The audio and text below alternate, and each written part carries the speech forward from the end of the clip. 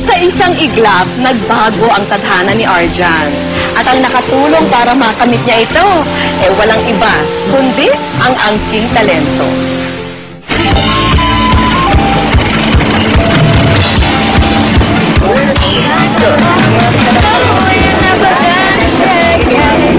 Kakaibang tinig ang umaakit sa mga napapadaan dito sa Mabalacat, Pampanga. May sikat na pop diva or R&B princess kaya rito?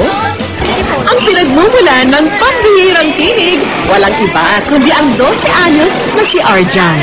Now you want to be free. Wow! Marami ang napapatigil kapag siya'y naririnig. Isa na sa kanila ang Pinoy Soul Survivor na si JC Chuseco. Di raw niya napigilan kunan si Arjan gamit ang kanyang cellphone. Ang ganda, magaling siya, may talent. Tapos yung voice nga niya may accent pa siya na gaya-gaya niya yung original na kumanta. Sa dami ng napahanga ni Arjan, unti-unting naglabasan ang video niya sa YouTube. Hanggang sa ang batang katutubo na tila Rihanna o Mariah pag kumanta, napansin na rin sa telebisyon. You'll always be a part of me. I'm part of you and never leave. Boy, don't you know you can't escape me.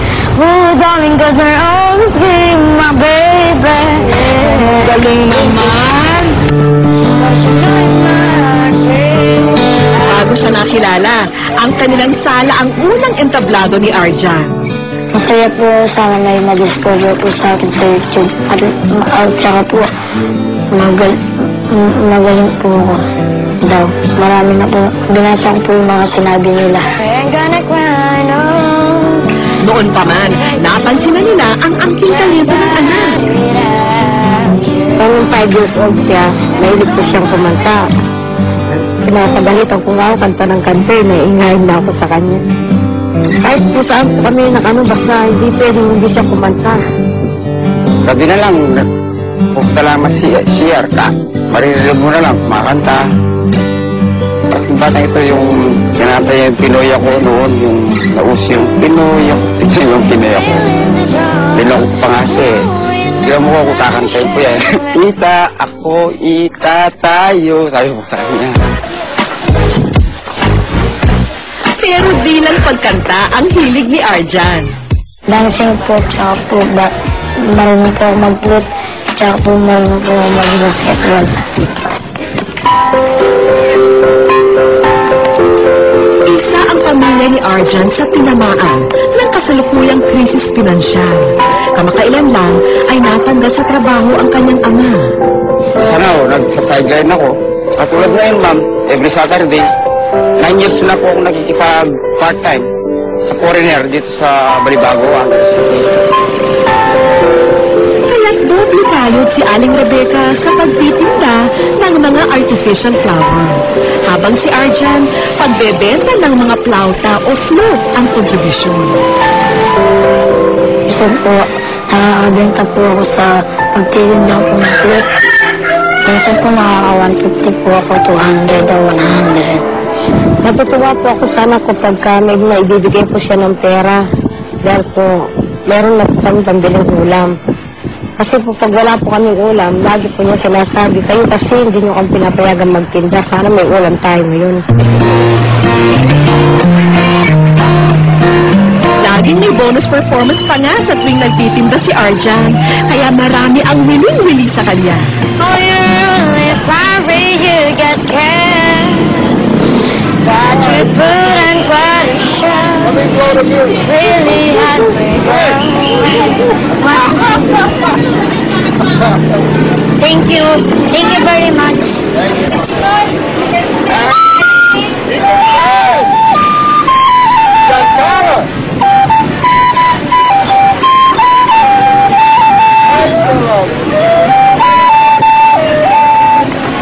Unified. Thank you. My name is Arjan. Arjan. What's your name? One day you're going to be famous. Magtala Magtatapos na si Arjan sa elementarya ngayong Abril. Wala pang katiyakan kung makakapagpatuloy siya sa high school sa pasukan. Naawa po ako sana ko dahil gusto po na makapagsikap. Dahil po sabi niya, kahit na magdadala ng fruit, makatapos nandun po siya sa pag-aaral. Gusto po si maging artist at maging singer po para po makatapos at saka po sa pag-aaral po para makatapos po ako. Sana po hindi na po nagtitindi yung nanay ko tsaka po kapatid ko. Tsaka po sana makakatulong po ako sa pag-aaral po. Standing outside my trying to apart. Kaya't patuloy siya sa paghahasa ng talento. Magsusulat po ako, listen with lyrics. Tapos may lyrics po ako po yung kumakanta. Listen. Sige mo na binabasa. Hearing mo. Tapos pinatatak ko po sa isip ko. Kanta ka mo ano? Song here in my heart. Abala ngayon sina Arjan sa paghahanda. May nag-aya kasi sa kanya ng audition sa Maynila. Sa biyahe, mukhang relax na relax naman ang ating bida. Ang dinadasal ko po sana makaano po siya sa audition niya. Makuha po sana niya at hindi po sana siya mapahiya.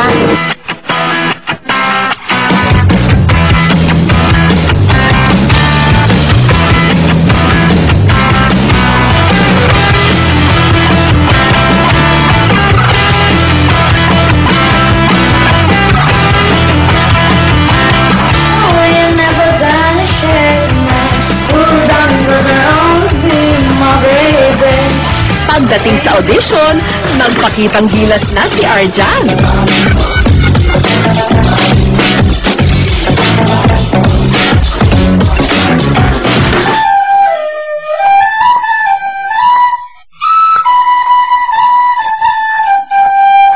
Hindi po ako kinabahan po. Masaya po ako dahil sa'yo po sa akin na nangyari sa akin.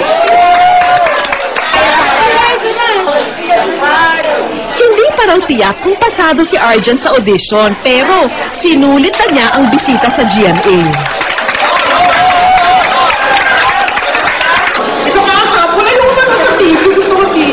Maging ang Queen of Soul na si Jaya ay hinaranahan na rin ni Arjan.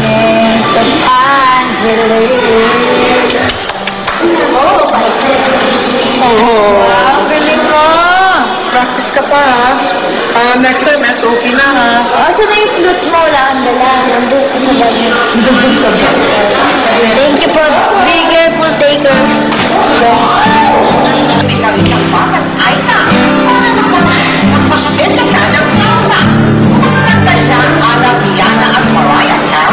Ito na nga kaya ang hinihintay niyang pagkakataon para maging ganap na mang-aawit?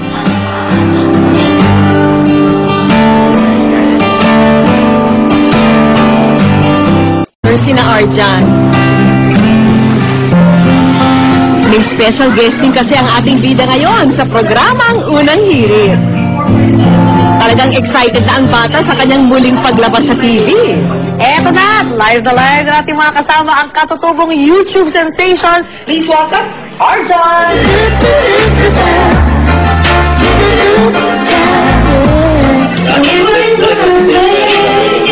Mukhang di na talaga mapigilan ang pagsikat ng ating batang bida.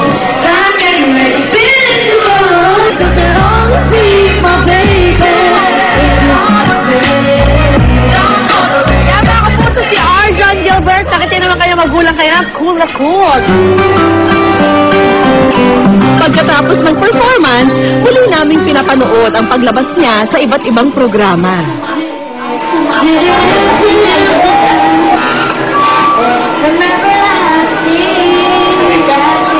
Pero Arjan, alam mo bang ikaw ay mapapanood pa sa isa pang show dito sa GMA?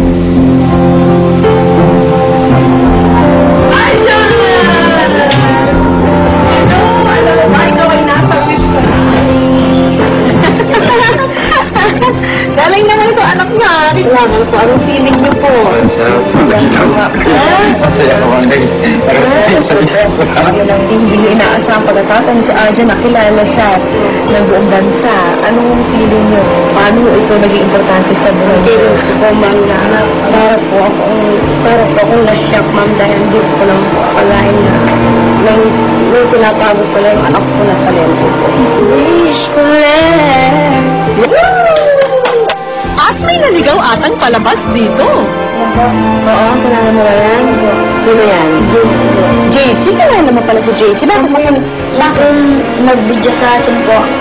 Nung hindi ko po napalabas yung sa atin. Talaga? So, siya yung unang nakadiscover sa galing mo. Talaga pa? Nagkwento mo na nga. Tumento mo nga sa akin. Sinabi niya po papakita niya daw po dun sa amin na po. So, anong feeling mo na binibideo ka ni JC Chuseco? Masaya po. Saya. Samantala, inaabangan na ng tagahangang soul survivor ang kanyang munting kaibigan. Tara, may iiwan tayo tayo. Ang aming mga sorpresang regalo para kay Arjan. Isang magandang video kay Mike para makapag-ensayo ka sa pag-awit. Okay, itong mic kasama rin ko sa bigay na wish ka lang para makapag-practice ka. Marahal akong gumalik naman ka. Maraming salamat sa wish mo lang po. At ipag ko rin po yung pangarap ko. Maraming salamat po. At may pangkabuhayan din kaming handog para sa iyong pamilya. Narito ang bagong loading station na may dagdag pang lutong bahay on the go, ha? Sagot na ng ating kaibigan ang inyong ilulutong mga milk product. Yan, yung certificate yan, pwede mong gamit mo yung pagbuli. Ang mga ganito. Magagawa sa pamilya ko yan. Sa tulong ng music ko lang. Tapos ngayon naman, pinaka-importante siyempre yung educational plan niya. Para makaaral siya. Kailangan mag-aaral siya. Maraming po salamat po, JC. Bahala daw po. Sa kanya man dahil hindi na namin po problema po yung panggastos na sa Gamitin niyo ng tama sa pagpapalaki sa mga anak niya. At talaguin niyo. May isa pang bisita na dumalo. Dala ang magandang balita. Ibinibigay ng Center for Pop Music Philippines Incorporated ang Starboard Scholarship Grant na may 18 sessions kung saan matututunan mong umawit ng mahusay at sumayaw. Marami pong salamat sa iyo. Congratulations! Thank you po. Ano pa kaya ang balitang naghihintay kay Arjan? Alam mo, napapanood kita sa TV, ha? Ang galing-galing mo pala. Alam mo, kaya ko kayo pinatawag dito kasi gusto kong ibalita sa inyo na pasok na kayo sa GMA Artist Center. Aba, magiging bagong kapuso na natin siya. Hi! Magandang hapon. Ako si Lou. May isa pang surprise ang GMA Artist Center sa iyo at ang Kapuso Network. Daddy, Mami, in behalf po ng GMA Artist Center, ina-awardan po namin yung anak mo ng Certificate of Workshop sa acting at saka sa singing. Wow! Scholarship! Ayan na yan, ha? Congratulations!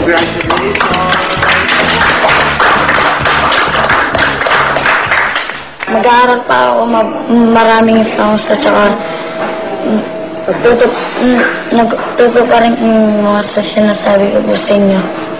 Manood po lang kayo, abangan niyo po ako sa GMA 7. Ako isa ng kapuso. Ako po ay isa ng kapuso. Maraming salamat po.